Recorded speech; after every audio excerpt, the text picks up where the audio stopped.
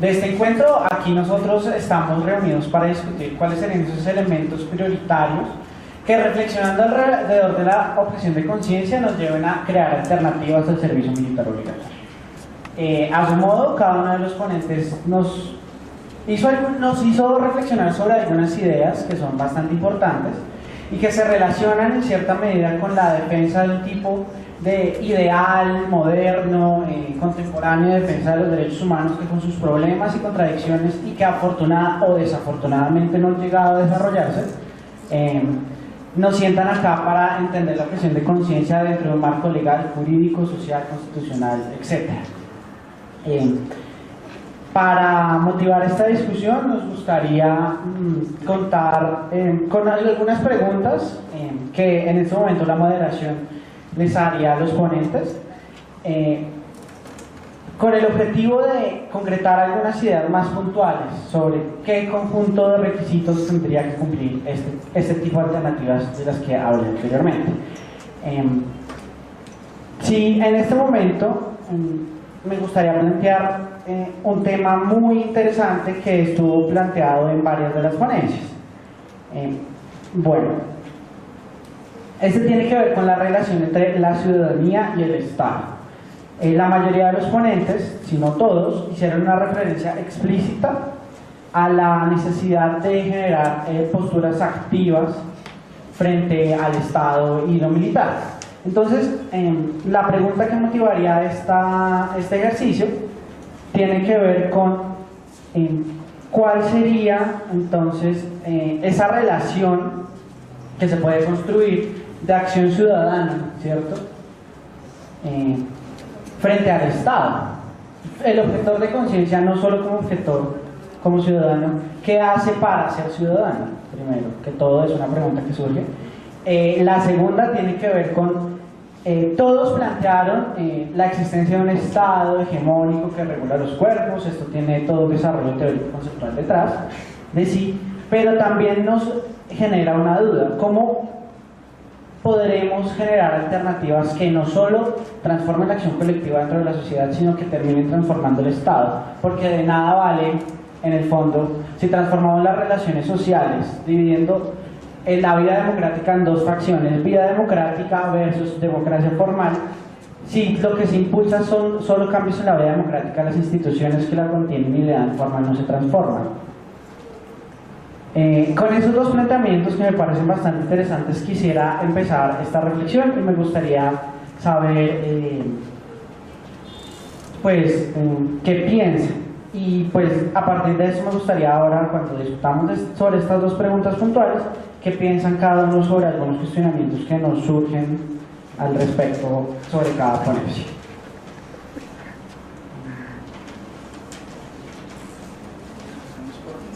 Bueno, yo invitaría entonces a... Sí, empecemos por Diego. ¿Está bien? No, pues yo voy a tirar unas ideas generales, pero me parece que lo importante ya es como lo que pueden aportar las otras personas. Yo lo que pienso es que el punto de partida de lo que nosotros pensamos desde los movimientos de objeciones de objetores y objetoras de conciencia es que la relación con el Estado efectivamente no se puede limitar en términos de las obligaciones que tenemos con a sencillamente ser parte de la estructura militar como la única presencia que tiene el Estado en las regiones y en nuestras vidas. Por eso nuestro planteamiento central es que en la medida que se comprenda este principio de reciprocidad del que hablamos en la mañana, a través del cual la idea es devolverle al Estado recíprocamente lo que hemos recibido, pues que ahí nosotros tenemos una seria inquietud porque pues no hemos recibido mayor cosa. Entonces uno se pregunta, ¿pero por qué le tengo que retribuir a algún Estado que no me ha garantizado mis derechos? Eso es una discusión que habría que dar, ¿sí o qué? Pero aparte de eso, lo que nosotros estamos tratando de hacer es jugar estratégicamente en este juego.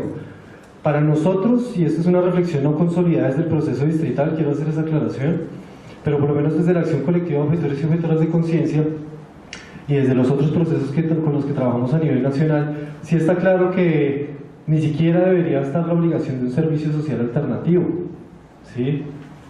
O sea, el Estado no debería ser, y esa es una reflexión que estábamos haciendo ahí, pues entre menos se meta en la vida del sujeto concreto, pues es más Estado, ¿sí? Porque garantiza su derecho, ¿sí?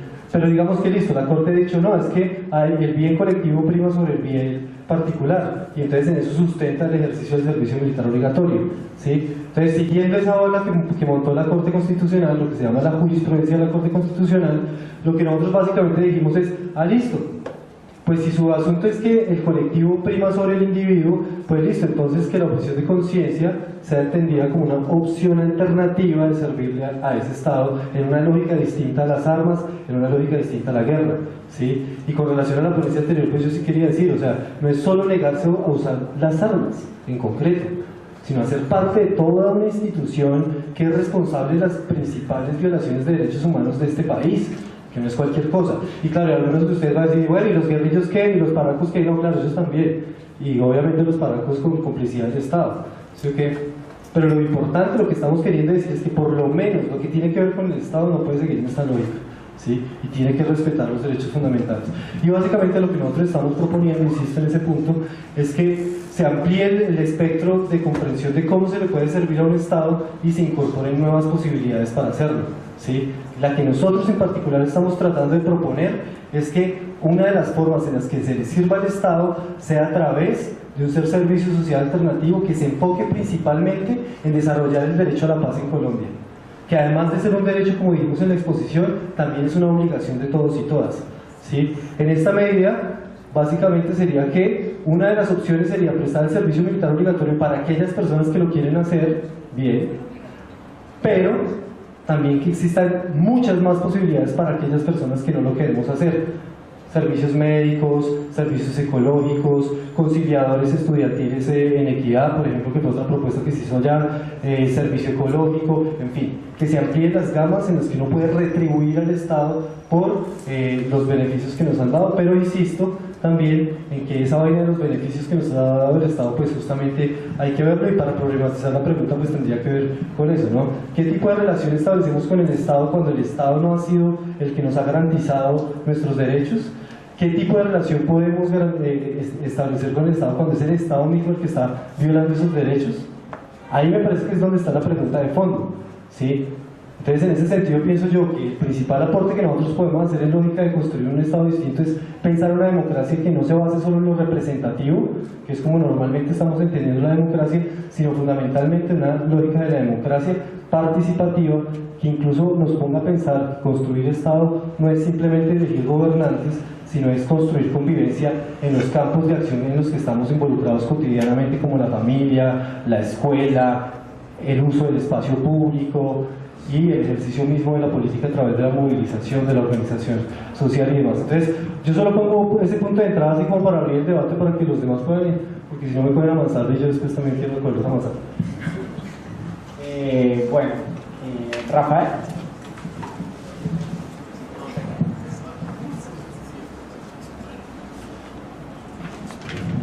Bueno, con respecto a qué acción objetiva hay que hacer, qué debemos hacer, yo planteo es resistencia civil, rechazo de todas las formas de violencia, no solamente de reclutamiento, sino participar dentro de cualquier forma de violencia. Quiere decir, omitir hasta consumir violencia como se consume mediáticamente o como se consume dentro de almacenes y hacer parte de esos ciclos que alimentan más barbarie. Porque hay que tener en cuenta que la resistencia civil puede desembocar también en otro tipo de cosas.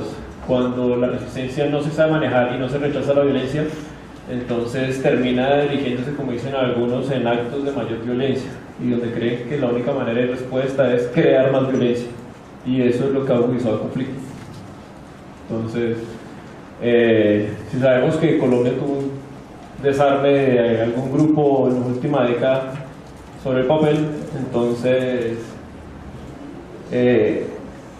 si desarmamos los otros dos grupos con los que estamos en diálogo, está el diálogo del Estado colombiano, pero miramos lo que ha pasado. Si se desarmó un grupo en la década pasada y se duplicó el aparato militar, entonces si se desarman estos dos, lo vamos a triplicar. Ya no vamos a tener 400.000 soldados, vamos a tener 1 millón de soldados, pero no vamos a tener enemigos. El otro punto es lo que nos debemos plantear es que podríamos ejercer acciones colectivas. No hay nada más legítimo dentro de una democracia para ejercer los derechos sobre la libertad de los individuos que la acción colectiva del movimiento social como tal. Colombia es un país que tiene experiencia y buenas experiencias con los movimientos sociales. la resistencia causada en movimientos de acciones colectivas, por lo menos por lo que da el ejemplo para muchos países latinoamericanos de lo que es el movimiento indígena colombiano, lo que es la perseverancia del movimiento estudiantil en Colombia durante el siglo XX, y lo que ha sido la marca de otros tantos movimientos obreros que han, a pesar de la presión y la violencia ejercida por diferentes grupos, siguen en resistencia y proclamando lo que es la defensa de sus propios derechos y libertades. Entonces, para mí serían esos dos tipos, resistencia civil y acciones colectivas. Bueno, yo frente a esa pregunta, que me parece que es una pregunta de fondo bastante importante, pienso varias cosas. Lo primero, el Estado tiene que entrar en un proceso de redefinición de lo que es el mismo Estado, porque estamos viendo en los últimos años, la época de la globalización, cómo el Estado cada vez se hace más pequeño. El Estado no define. Es más, hoy definen las grandes multinacionales. Para ver el caso de San Andrés nomás, eso fue un criterio de las multinacionales. Ese falló. O sea que el Estado ha perdido la capacidad de gobernanza. Y en ese sentido, el Estado tiene que redefinir la naturaleza de sus instituciones.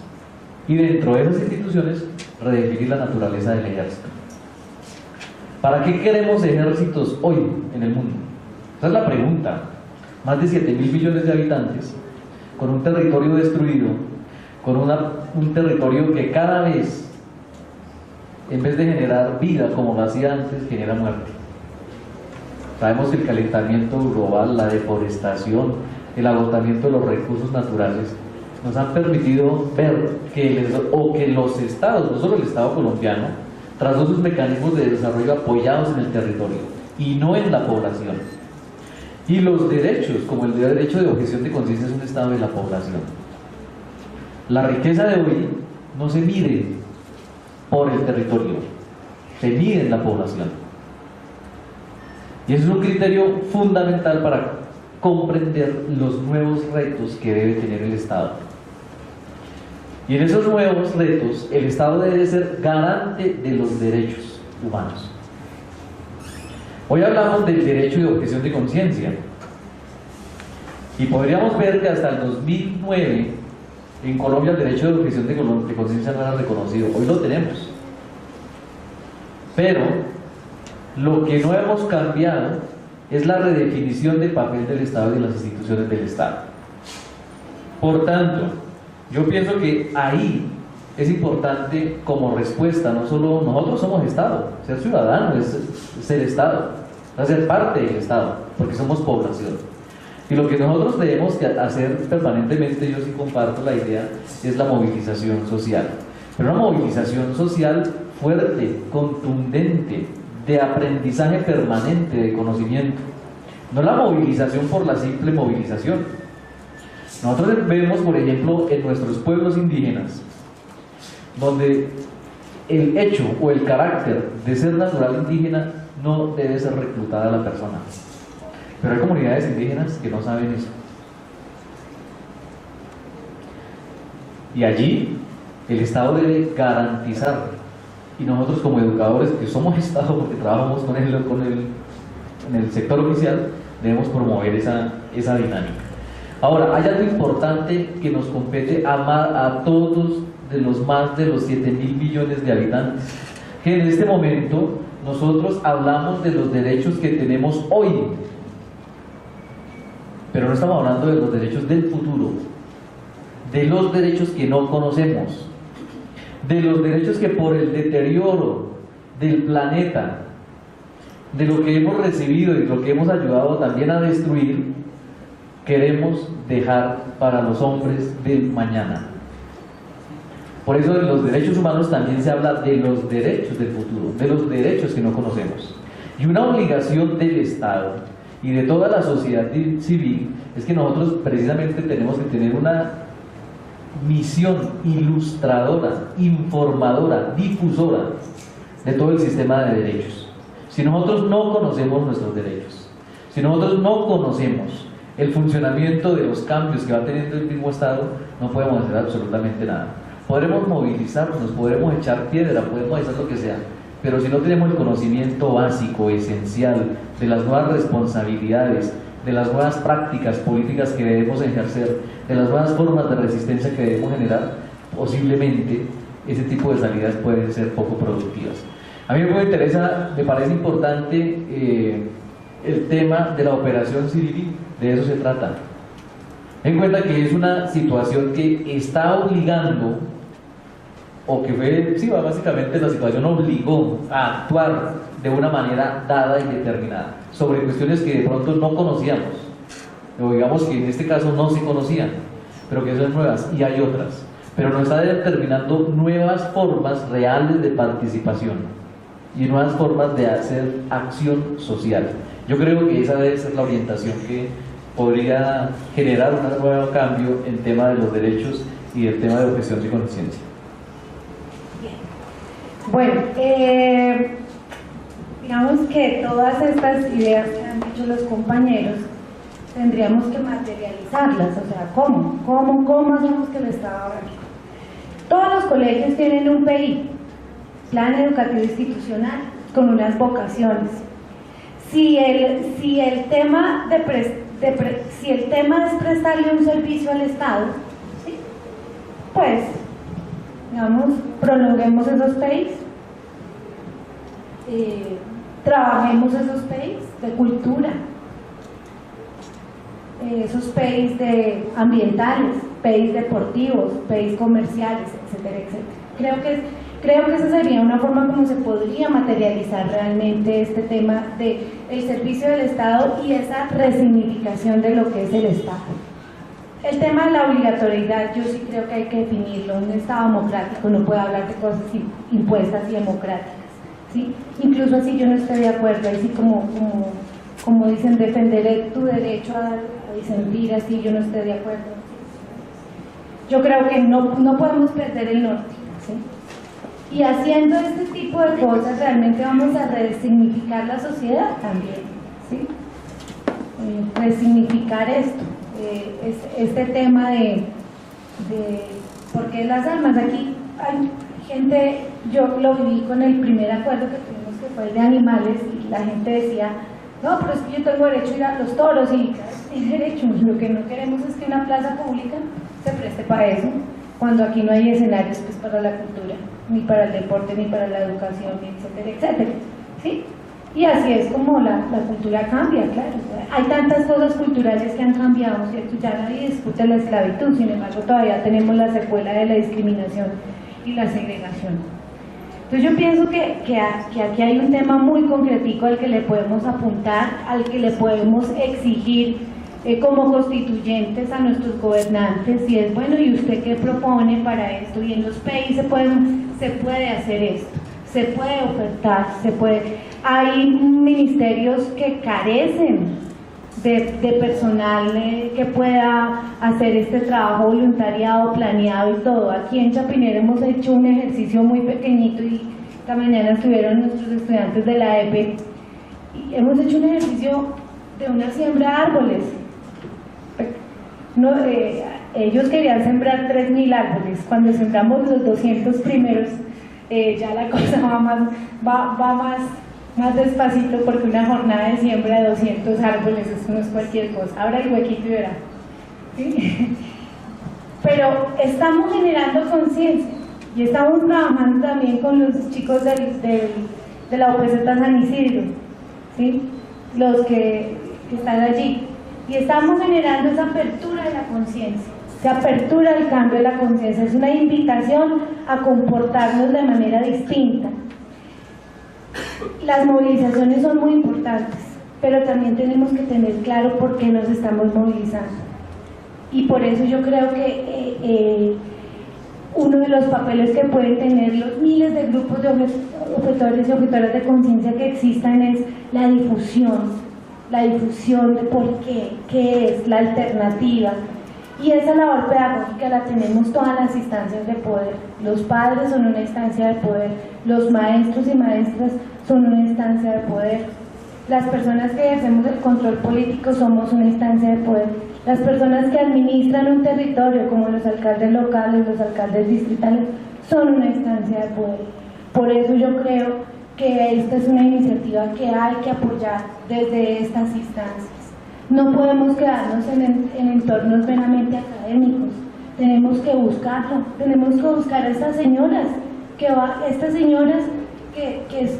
hacen parte del sistema escolar, a nuestras compañeras madres de familia, ¿sí? Y a nuestros padres de familia, por supuesto, que estén también unidos a la causa. Por eso hablo de las madres, porque es que es desbordante la cantidad de mujeres que están solitas en esta pelea, porque están peleando la seguridad alimentaria y la cuota de alimentos de sus hijos, y entre pelear con el señor y ver a ver cómo consigue la plata para la libreta, que eso también me parece que es un tema que no lo discutimos, pero ¿cómo así que uno tiene que conseguir una plata para una libreta? O sea, si pagamos, sí, y la vuelta más barata como 2 millones de pesos, cuando una persona se gana un diario en una esquina enfrentando la gerencia del asfalto, que no llega a los 15.000 pesos, y que eso más bien necesita 10 para la pieza, porque esa es la realidad de los chicos que son llevados a estas batidas, y esa es su realidad. Entonces yo creo que esto es importante. Creo que esos son los planteamientos que tenemos que hacernos, de generar estas acciones pedagógicas. A mí me gustaría que algún día en la cátedra de Derechos Humanos en los colegios se hablara de esto, ¿sí? Porque como se habla así como tan a brochazo limpio de los derechos, pues se pierde este derecho tan importante que me dice: yo tengo derecho a pensar. Es simplemente eso, tengo derecho a pensar, y si pienso diferente tengo derecho a que me acepten en la diferencia, y si la mayoría piensa diferente y yo soy una minoría, también tengo derecho a disentir, conservándome como una minoría que piensa distinto a los demás.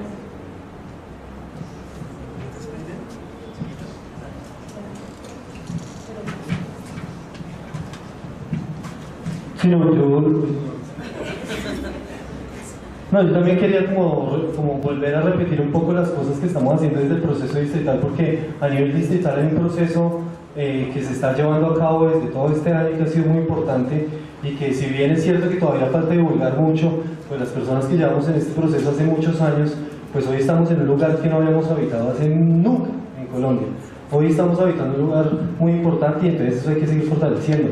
Por eso es que estamos proponiendo desde el proceso distrital en la creación de foros locales en cada una de las 20 localidades de Bogotá, donde tanto en las instancias de nivel distrital como los colectivos de derechos humanos y objetores y objetoras de conciencia podamos crear redes locales con varios fines.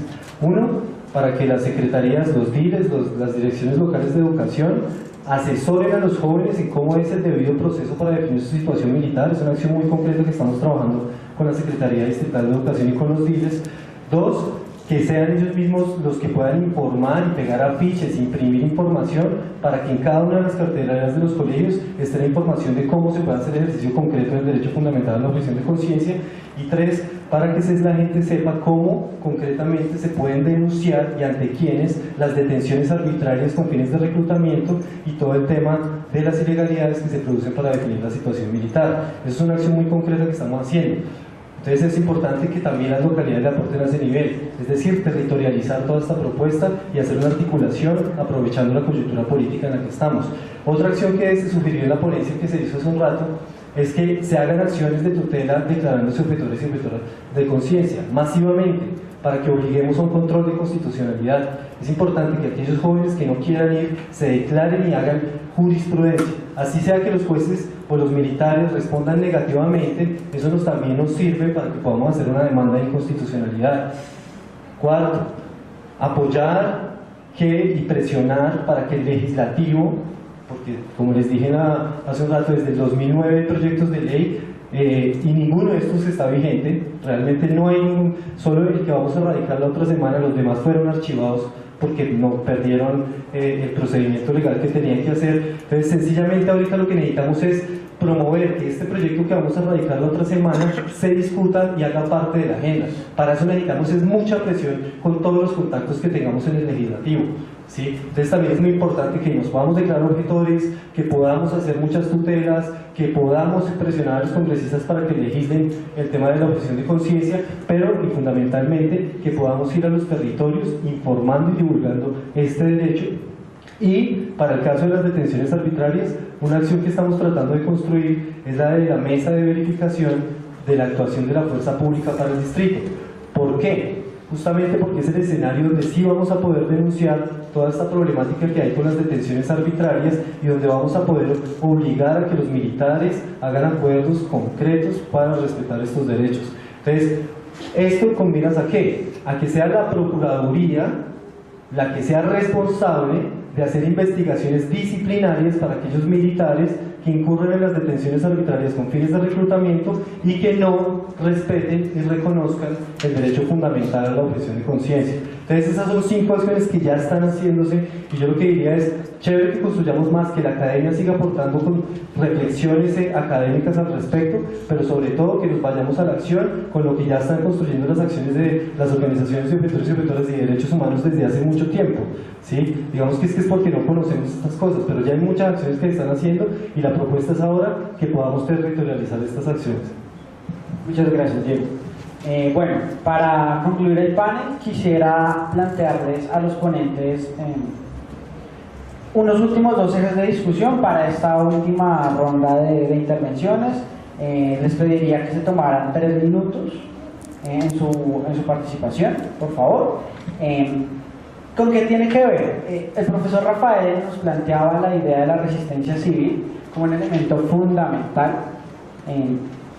en ese deber de participar en la democracia y al entender que la objeción de conciencia es una sublimación y parte esencial del ejercicio democrático, la capacidad de disentir. Eso relacionado con la idea que nos plantea Diego a nombre del proceso distrital de objeción de conciencia y de la ACOC, Acción Colectiva de Objetores y Objetoras de Conciencia, de el compromiso de los objetores para eliminar todas las causas de la violencia. Plantea un tema de cuestionamientos en 2 sentidos. Primero, se discutieron algunos nuevos modos de participación y resignificación de la ciudadanía y del Estado que básicamente atañían a 2 aspectos: a la transformación en los medios cognitivos, a la manera en la que se representaba y se consumía la guerra y los medios culturales como instrumentos de la guerra que la reproducen, que predisponen epistemológicamente a los sujetos para que vayan a la guerra, maten al otro, se declaren invulnerables y crean que los otros tienen vidas que son prescindibles. Y el otro tenía que ver con la creación de modos de participación dentro de las instituciones, que como nos los planteaba Diego, estaría en tocar las puertas del Ministerio Público y articular lo que ya existe en términos legales. La pregunta iría entonces en una primera medida apuntar a cuáles serían esos modos de participación para transformar y trabajar en el aspecto cognitivo y epistemológico con respecto a la forma en la que se entiende la guerra, la violencia del Estado, las fuerzas militares, que tienen que ver con el consumo de medios, y cómo también tiene que ver eso en la construcción de nuevos modos de participación y articulación de instituciones. Aquí ya el profesor Roberto planteaba que la escuela era un espacio importante, no solo por lo que significaba, sino también por las posibilidades que daba y las tareas que tiene hoy en día. Pero, ¿qué otro conjunto de espacios también se podría pensar? Y eso, quiero complejizar la pregunta para terminar la charla entre el panel. ¿Cómo pensar este tema en las zonas de conflicto armado? En un país con presencia, con lo que autores tan importantes como Fernán González ha denominado la presencia diferenciada del Estado, donde uno de los elementos que ha permitido la falla estatal, si la denominamos falla, es la falta de legitimidad. Como muchos de ustedes señalaron, el Estado actúa militarmente por falta de legitimidad. Rafael planteó que había un derrumbe, un Estado fracasado que tenía que acudir a estos medios. Entonces, ¿cómo en esas zonas de falta de legitimidad, de presencia diferenciada del Estado, de formas alternativas de Estado, estos 2 modos de participación se articulan? Entonces, en esta ocasión, no sé quién quiera comenzar su intervención. Marcelo, por favor. Bueno, yo creo que aquí hay un tema bien interesante y es cuando se habla de la legitimidad, ¿sí? Yo creo que ese es el punto final de esa conversación. O sea, uno tendría que empezar a decir por qué hay sitios donde hay ausencia de Estado, o sea, por qué no hay legitimidad del Estado, ¿sí? Y yo creo que ya todos ustedes saben la respuesta. O sea, si no hay igualdad de oportunidades en todo el territorio nacional, pues ¿cómo vamos a tener legitimidad? Si aquí si todos los problemas coyunturales se dan porque toca a Bogotá, o sea, si le falta la papa y la leche a Bogotá, entonces hay paro armado y hay un problema agrario. Pero si eso no llega, no. Los movimientos armados, como las guerrillas, FARC, ELN, EPL, entre otras, han existido hace más de 40 años. Pero solo hasta cuando eso se volvió un problema que tocó las goteras de Bogotá, se volvió un problema, pues, al cual generó todo un proceso de seguridad democrática, qué sé yo, y se le empezó a invertir incluso hasta el ejército, ¿sí? Porque no tenía cómo responder, eso también fue una realidad. Entonces yo pienso que aquí hay que empezar a mirar las cosas pues por su origen, y su origen es, este no es un país que brinda igualdad de oportunidades, este es un país que discrimina, este es un país que todavía, que si el gerente es negro, ahí sí será bueno, pero si es rubio, eso debe ser buenísimo el tipo, debe ser ilustradísimo, ¿sí? Yo no sé si el fenotipo de los ojos le hace cambiar, ¿sí? Y esos son prejuicios y nosotros tenemos una educación de prejuicios. La educación de prejuicios que dice váyase a la capital a estudiar porque allá la educación es muy buena, ¿sí? Y aquí hay programas de educación a distancia, hay programas de educación que no son de inferior calidad. Eso también es un prejuicio, pensar que si usted estudia a distancia es un psicólogo a medias, o es un administrador a medias, o es un ingeniero a medias. Prejuicio del consumo de lo público, es una cosa que yo siempre debato, ¿sí? Todo lo público, hay que fortalecer lo público. ¿Cuántos de acá estudiaron en colegio distrital? ¿Cuántos de acá tienen a sus hijos en colegio distrital? Y no es que tengan pues nada en contra de lo privado ofrece unas alternativas interesantes, pero la mejor forma de fortalecer lo público es consumir lo público. ¿Cuántas personas van a los eventos públicos de Royal Parque? A los conciertos de, uy no, yo no voy por allá porque es que eso va como mucha gente. Sí, mucha gente, sí, al concierto de Paul McCartney también fue mucha gente. Sí, y yo soy medio vacía con estas cositas porque es que lo mejor es la conciencia cotidiana, la apertura cotidiana, ¿sí? Y no es que alguien me la diga, o sea, la teología de la liberación habla de una cosita muy bonita que es el acto de contrición, ¿sí? Y ese, ¿por qué no lo hacemos? O sea, ahí cargadito cada una haga el acto, ¿sí? A ver cómo le va, ¿sí? ¿Cómo le va en ese tema? Y se va dando cuenta que realmente, porque sí, podríamos decir, no, RCN, Caracol, ya, RCN, Caracol, me refuerzan esto todo el tiempo, no sé qué, y dice más. Sí, pero yo cómo me comporto con esto de lo público, yo cómo miro esto de lo público. Y creo que allí hay que hacer una reflexión bien interesante. Si esto se llama desfragmentar un proceso cognitivo, pues empecemos a hacerlo, o sea, esa es la apertura de conciencia. Y empecemos, digamos, como a llenar ese vacío, porque uno diría, bueno, y si no se hace esto, entonces ¿qué hacemos? ¿Sí? Pues nos toca llenar ese vacío y empezar a construirlo. Y esas son las apuestas ambientales para construir un mejor un planeta, para salvar el planeta, ¿sí? Esas son. Bueno, yo dentro de eso pienso lo siguiente. Yo pienso que hay que diferenciar dos cosas importantes.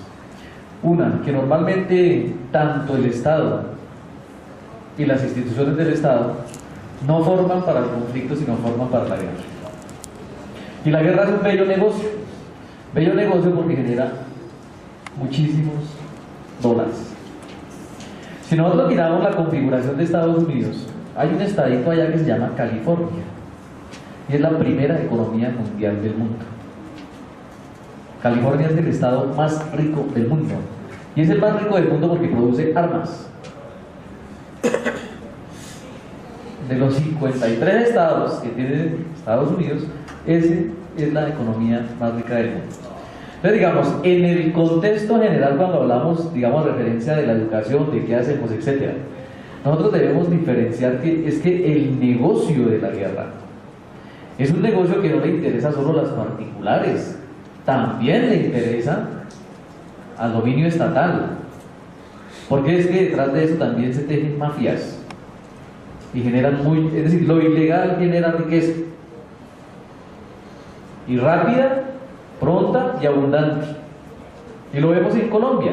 Colombia no es ajeno a ese tipo de situaciones. Las instituciones todas deben formar, incluso los militares deberían formar, y deberían formar no para la guerra, sino para el conflicto, porque el conflicto es propio de la naturaleza humana. Lo que pasa es que no nos forman es para saber cómo tramitar los conflictos, y es muy diferente. En el trámite de los conflictos, y lo que debe hacer la sociedad civil, gracias a que están diferentes organizaciones, universidades, organizaciones, ¿sí? Ten en cuenta que todas ellas nos están vendiendo la idea, digo vendiendo de una forma no despectiva, sino coloquial, la idea de que hay otras maneras de tramitar los conflictos. Conflicto es inherente al ser humano. El problema es con qué base, desde qué perspectivas, desde qué medios los tramitamos. Y sabemos que el único no es la violencia, como lo han querido ver siempre. ¿Quiénes venden la violencia? Pues hombre, los que hacen parte del negocio de la violencia. Los medios de comunicación son violentos. Escuchar la radio en Colombia es una radio violenta. Escuchar a la señora Darío Arizmendi, escuchar a un francotirador con micrófono. Si vemos los noticieros es peor. Y si vemos las declaraciones del procurador también son violentas, no conflictivas. Ven el conflicto, pero proponen soluciones violentas. Y yo pienso que la sociedad en su conjunto debe pensar que la naturaleza humana es conflictiva, pero que hay múltiples formas de entender que se pueden tramitar los conflictos sin necesidad de la violencia.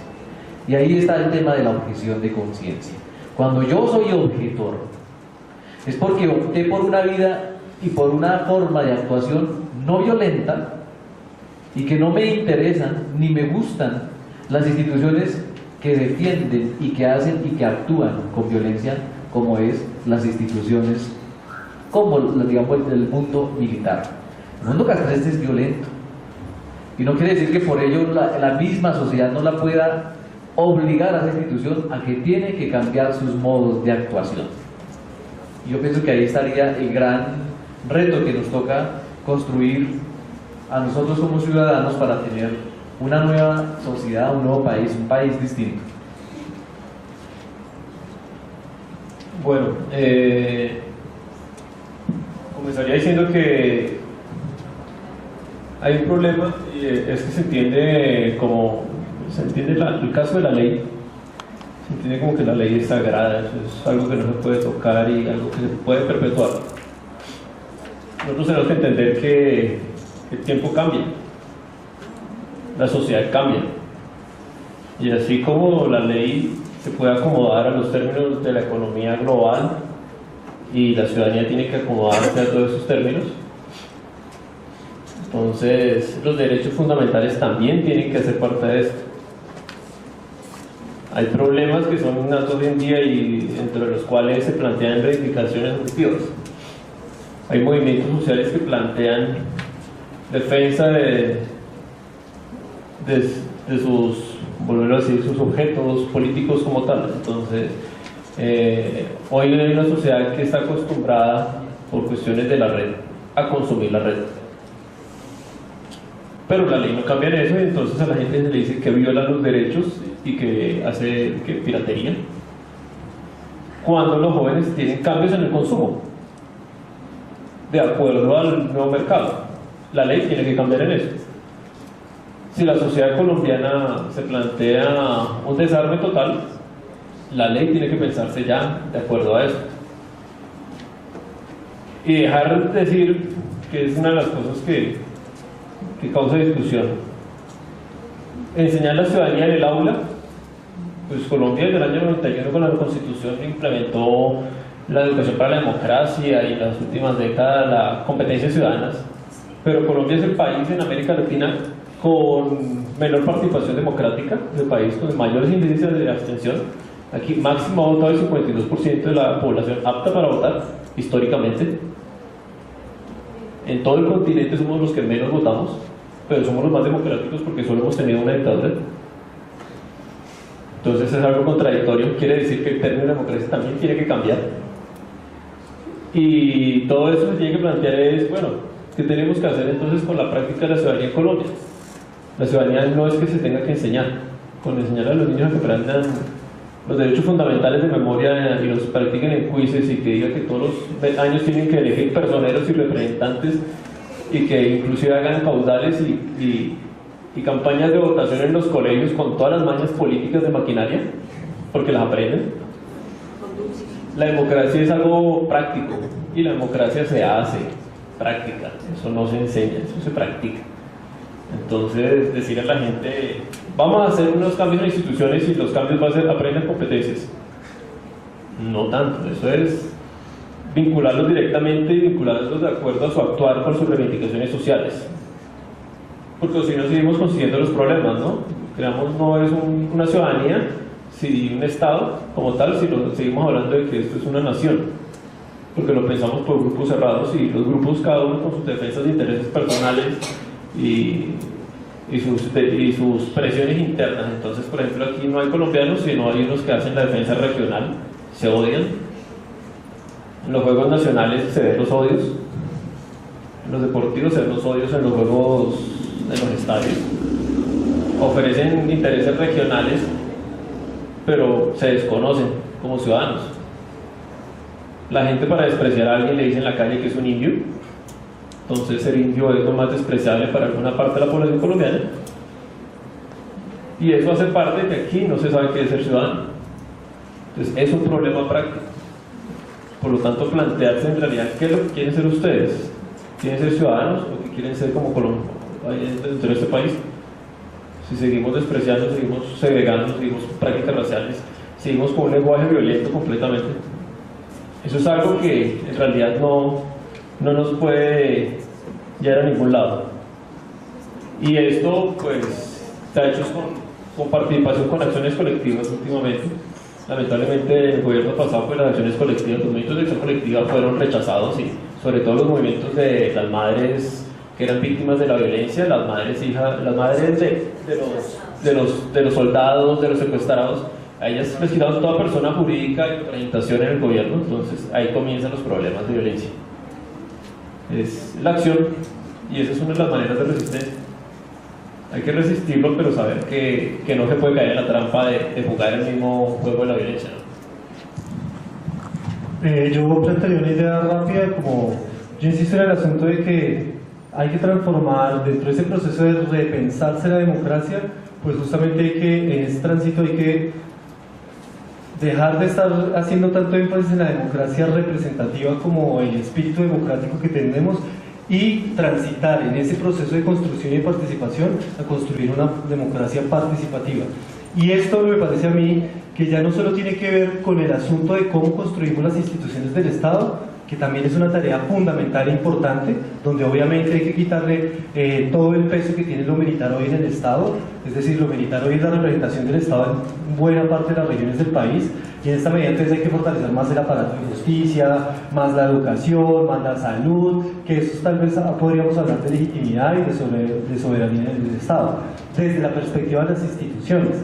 Pero me parece que la democracia participativa nos pone un reto que es todavía mayor, y es, insisto en ese punto, cómo desde nuestra cotidianidad, desde los campos de acción en los que estamos presentes, familia, escuela, universidad, barrio, la calle, las relaciones generacionales, intergeneracionales, las relaciones de género, cómo construimos democracia y cómo transformamos todo eso desde lógicas antimilitaristas, antipatriarcales, antisexistas. ¿Sí me explico? Me parece que ese es un lugar al que tenemos que irnos, porque es que normalmente nosotros pensamos, bueno, ¿dónde está la receta para resolver el problema? Y estamos buscando recetas para resolver el problema. Y yo lo que diría es, oiga, sería bueno que reconozcamos lo que ya hay. Por ejemplo, para irnos a la pregunta de lo rural, San José de Apartadó, un pueblo en resistencia hace muchos años. y tienen unas metodologías tremendas para resistir y están ahí resistiendo, y es una alternativa concreta frente a la violencia y frente a la violencia sistemática del Estado y de todos los actores armados, y está poco valorada.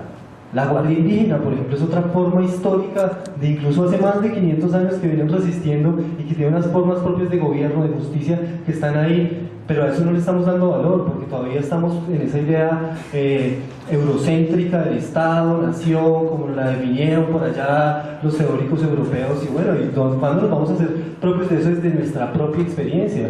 Por ahí Falsborg hablaba de la democracia raizal, ¿no? Es como desde la que ya tenemos también nosotros podemos hacer, por ejemplo, la lucha histórica que han tenido las mujeres es otra manera muy concreta de experiencias, metodologías, pedagogías concretas que ya han hecho cosas y que me parece que hay que darles valor para poderlas mirar cómo nos aportan a esta idea de la democracia participativa. Y por último, para terminar, no cansarles más, me parece fundamental que es que una cosa que en términos culturales que sí tenemos que transformar es todas estas relaciones de poder en las que se estructura actualmente nuestra sociedad. La escuela es principalmente una de las que más se está haciendo énfasis ahí. Mientras haya un iluminado enfrente como estamos nosotros aquí, que esos son incluso las estéticas del poder, que estamos aquí echando líneas allá, y como que esas son cosas que también nos tendríamos que poner a pensar. Por ejemplo, que un profesor se puede imponer a un alumno como el que no tiene luz, ¿sí? Como el padre, como el centro de la familia y la madre subordinada, el Estado frente a la sociedad y toda esta categoría de binarios opuestos que estamos construyendo. O sea, me parece que ahí tenemos tareas muy importantes. Por ejemplo, nosotros decimos, no, el servicio militar obligatorio y todas esas, y los pelados siguen yendo uniformados a los colegios, no pueden ir con aretes, no pueden ir con su...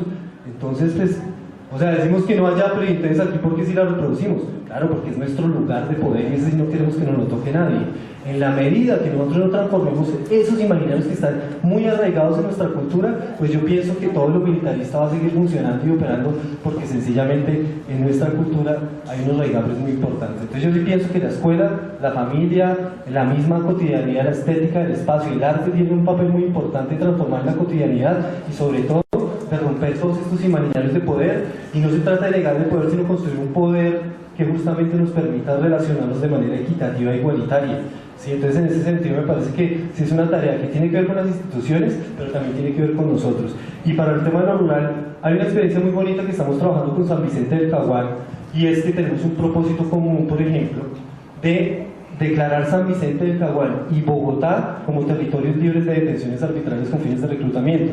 Es un ejemplo muy chiquito, muy particular, pero lo estoy diciendo de San Vicente del Caguán, que tiene una carga simbólica muy importante para este país y sobre todo una estigmatización terrible. ¿Sí o qué? Pero incluso vean que en un sector rodeado de la guerra como está San Vicente del Caguán, y allá en un esfuerzo común entre las organizaciones sociales y la institucionalidad pública están buscando este propósito de declarar San Vicente del Caguán, y desde el 2011, óigase bien, han evitado todas las batidas en ese municipio, todas, porque la alcaldía y las organizaciones han hecho un trabajo conjunto, ¿sí? Es decir, yo creo que en las zonas de conflicto de este país se han construido unas alternativas que en Bogotá ni nos imaginamos, porque estamos muy emburbujados en nosotros. Pero me parece que lo que es que darle más fuerza y dejar de estar viendo tanta mediatización de los medios masivos de estas cosas y darle más valor a estas cosas que ya vienen funcionando.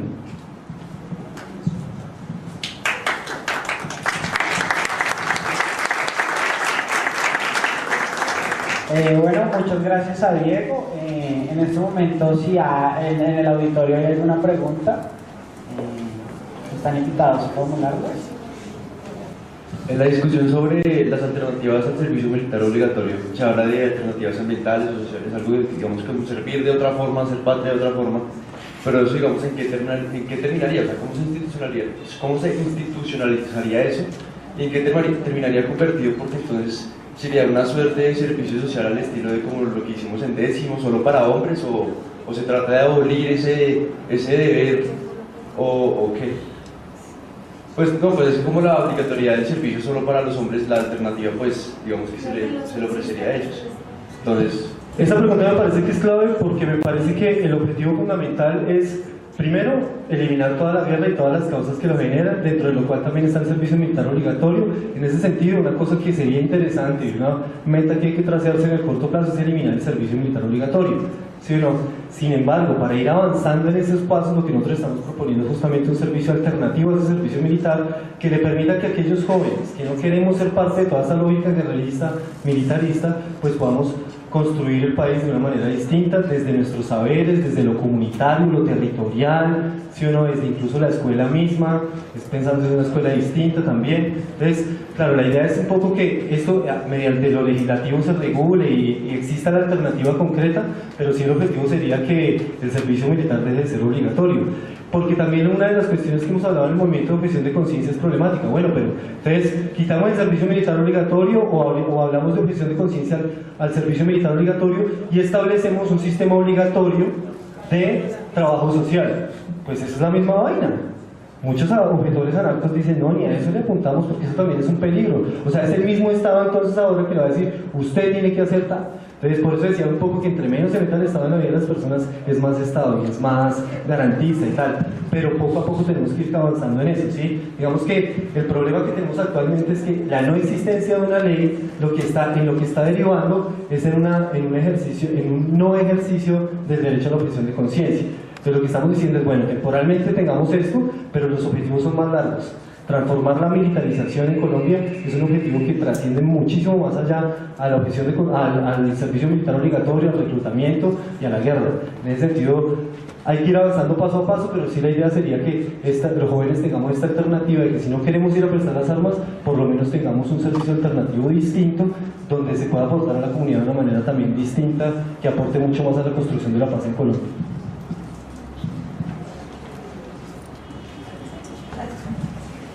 Yo quería decir lo siguiente, nosotros ahorita pues nos están planteando unos escenarios post-conflicto, ¿cierto?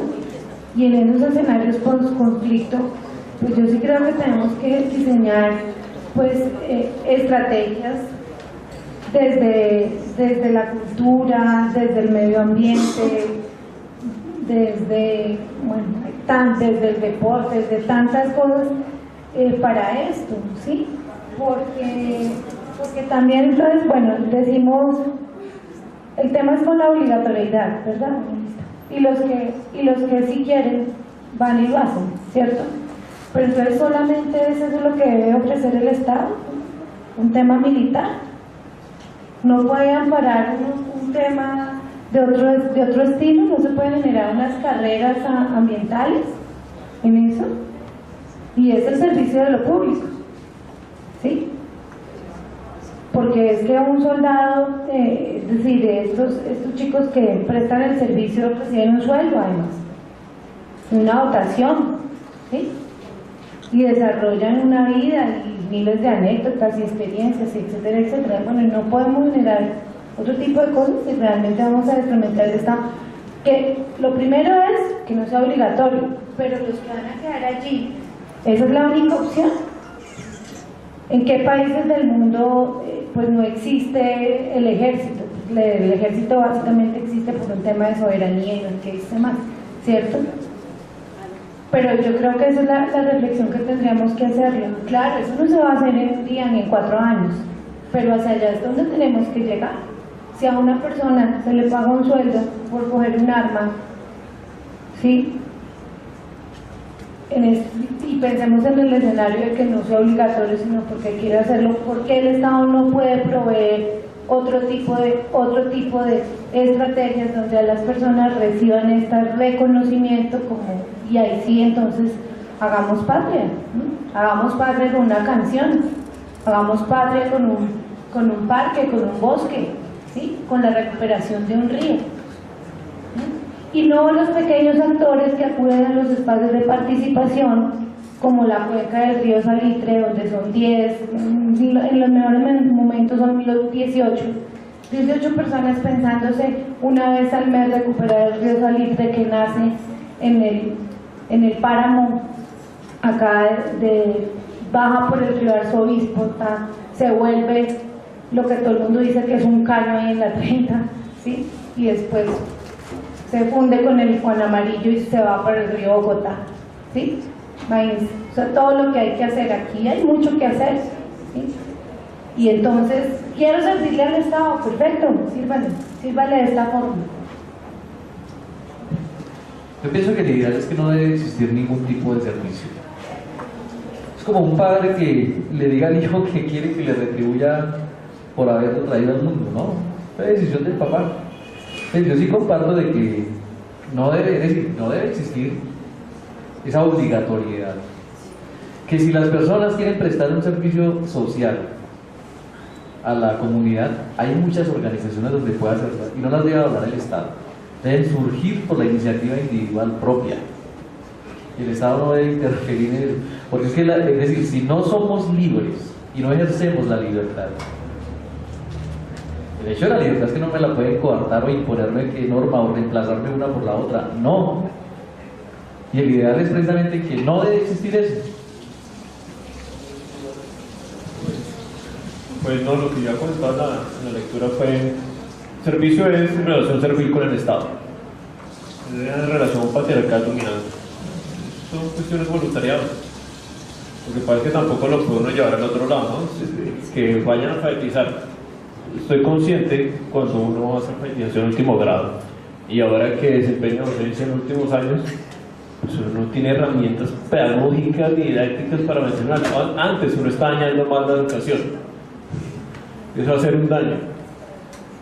Entonces, hay que dejar las cosas claras y entonces si habría que hacer eso, entonces toca modificar el sistema de educación como lo tiene pensado ahorita el Estado, hacer grado 12 y todo esto, y dejar que la gente en noveno grado tenga un nivel de, por lo menos, de especialización en un área técnica para que después, si quiere ser voluntario, lo haga.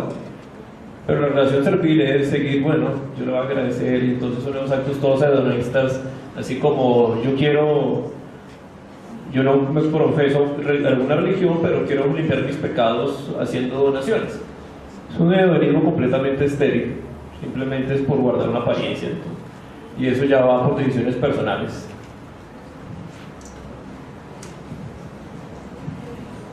Bueno, muchísimas gracias. Entonces con esto ha concluido la sesión de la mañana.